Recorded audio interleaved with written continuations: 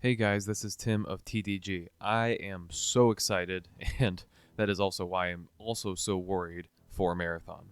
This game could be amazing, but it also could be a major letdown.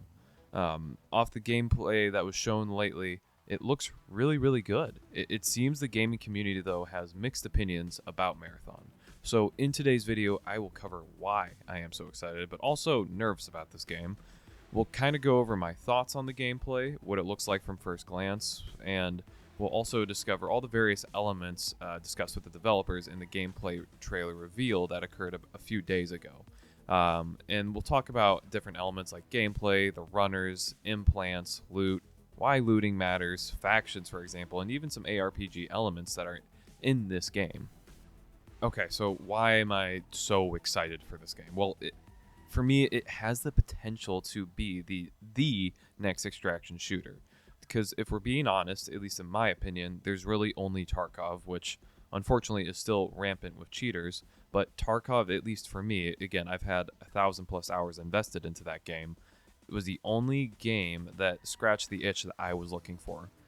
And that sounds a bit masochistic. It's Tarkov, let's be honest here, right? But for me, Delta Force didn't really do it, nor did Arena Breakout.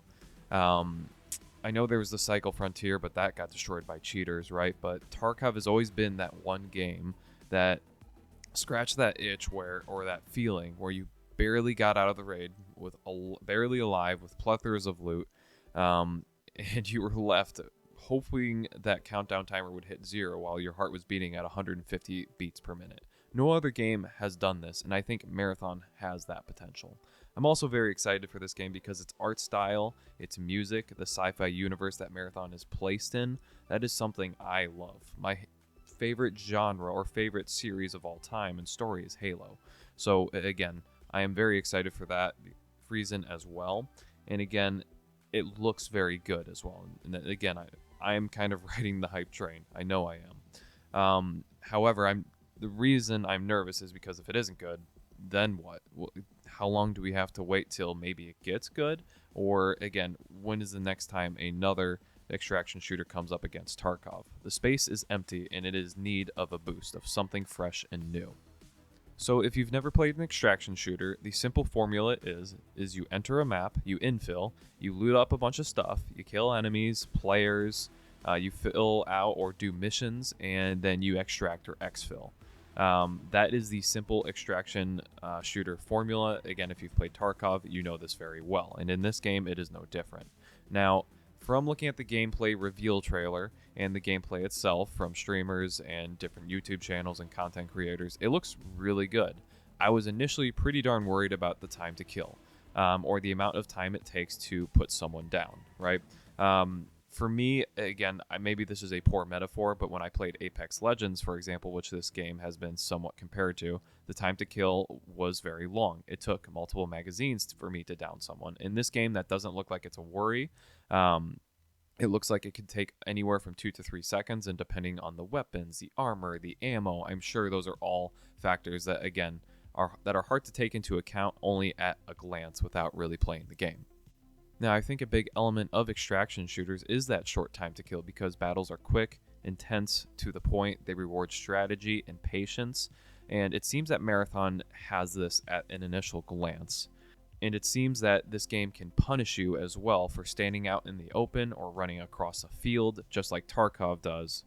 I personally really don't want it to be like Apex Legends or a game with an extremely long time to kill. I don't think it's necessarily part of the extraction shooter genre. That is just a honestly personal preference and opinion at that point. And again, sorry if the comparison to Apex Legends is completely off. I'm more so going off of memory of how that game felt.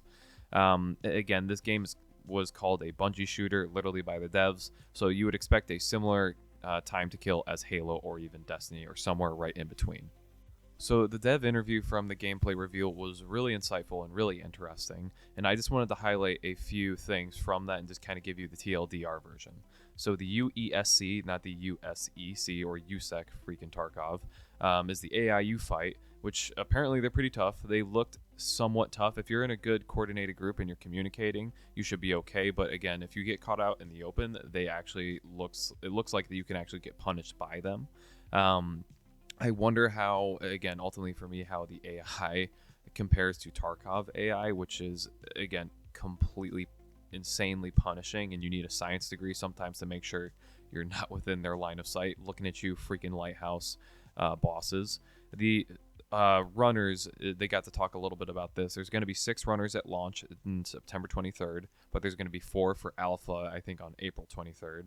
And team compositions will vary widely. There's 4 runners. There's Locust, Blackbird, Glitch, and Void. And you can technically even have a team of 3 Glitches, 3 Blackbirds, 3 Locusts, right? Again, they're providing a bit of an Apex element to it. What I worry about is, again, how much of the runner and the skills they provide, how much does that impact gameplay and gunplay, and which ones have more of a presence in fighting as well. I'm hoping it's somewhat equal, or at least more that the guns take over more so than the character themselves, but we shall see. Now, regarding those 4 Locusts, this is the big tank guy kind of pushing in. He's the first one in. Blackbird is reconnaissance. He's kind of like Bloodhound from Apex Legends. You have Glitch. She's an agile disruptor, as they described her, where, again, you jump in, you try to kind of foil any team plan or just really disturb and confuse. And then there's Void. He is the stealth boy or the sneaky boy. He has smokes. He has active camo. Those are the 4 that we know about so far. One thing they also talked about was implants. These are things that can help with deficits or provide little boosts. What the example they used was something such as increasing your heat meter or things that can make you more agile. They also talked about the loot a little bit, what you can loot, pretty par for the course: implants, cores, equipment, grenades, consumables, valuables.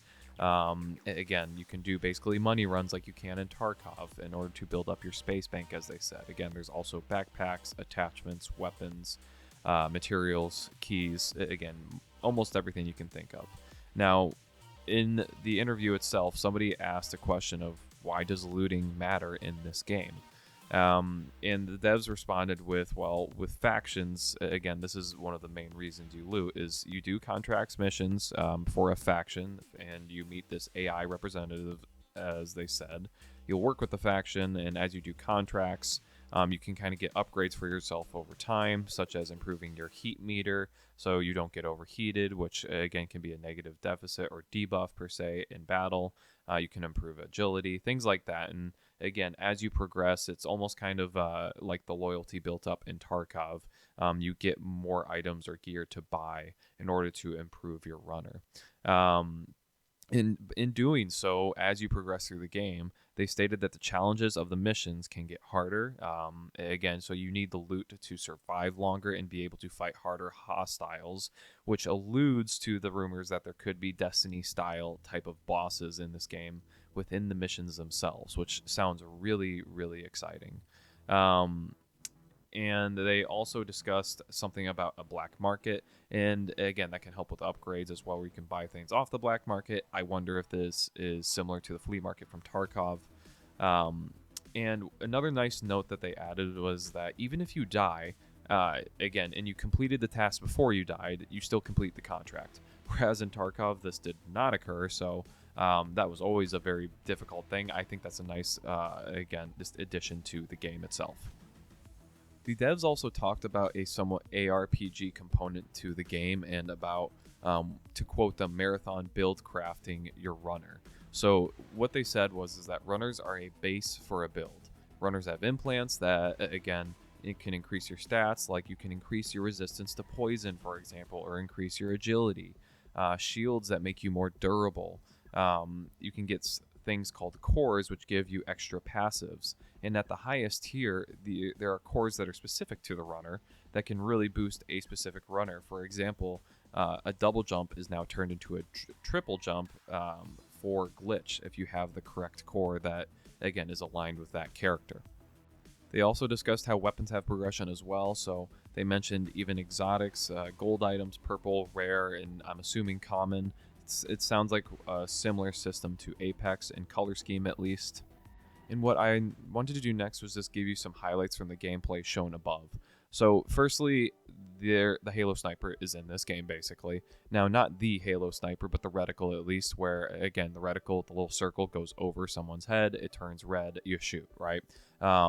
The shooting is hit scan. There's not really, again, ballistics to worry about, meaning you don't aim ahead or aim above, it seems. Hard to tell from some of the battles I saw, but that would be my assumption from what I've seen.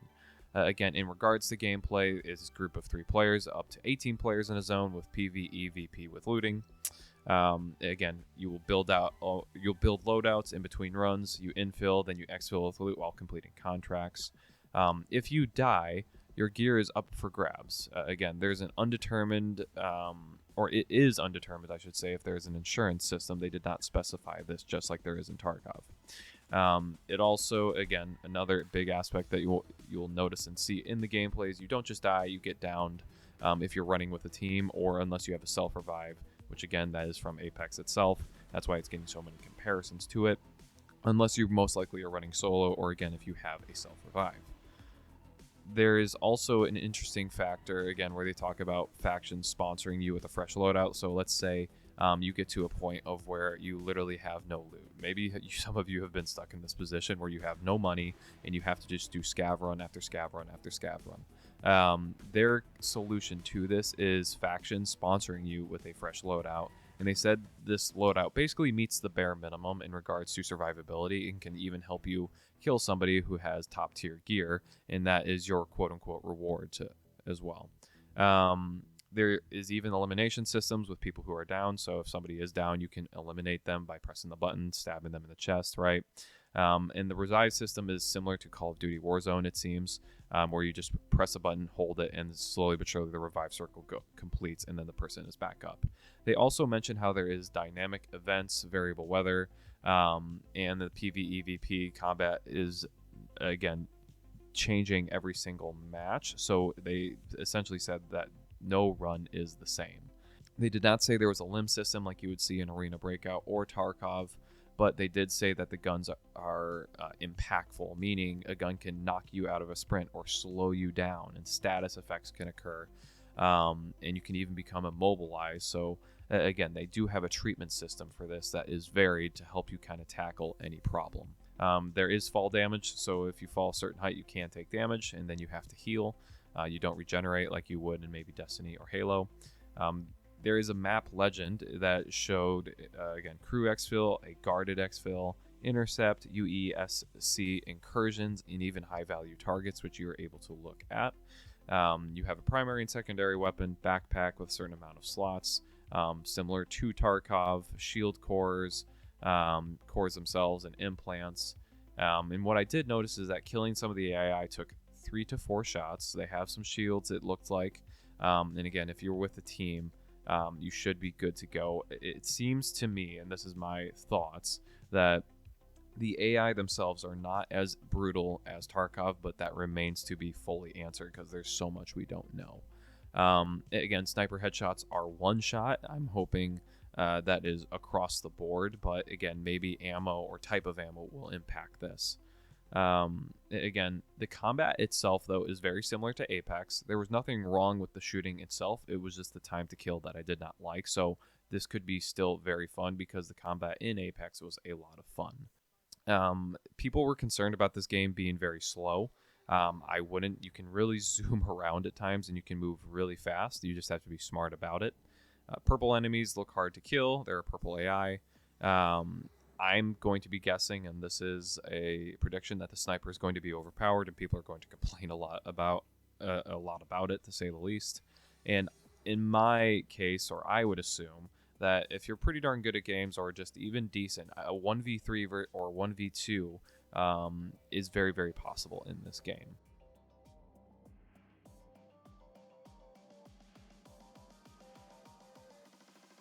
And finally, what they discussed was that there is going to be a seasonal system. So from what I understand, there's going to be a wipe system, just like Tarkov. There's going to be ranked play. They discussed discovering secrets, seasonal storytelling, so there will be a story to follow as we go through the season. And there will be endgame challenges. This is an RPG element that they put in, and Destiny-like bosses, apparently. And again, there will even be community events, and this will all be occurring in Season 1. where they, quote, unravel the mysteries of Tau City 4. Now, in regards to expectations, expect an extraction shooter. This isn't going to be Tarkov, it's not going to be Arena Breakout, it's not going to be Destiny, it's not going to be Apex. It's going to be this mixed-mashed monster baby. I personally am very excited and look forward to playing this game, but what are your guys' thoughts on Marathon? Are you excited? Are you worried? What are your main concerns or things you're excited to see? I'm honestly, again, very optimistic after seeing the gameplay. Again, I'm an extraction shooter fan. I've been waiting for something else for a very long time. But let me know what your thoughts are down in the comment section below. And until then, guys, I hope to see you Starside, and I'll see you in the next video.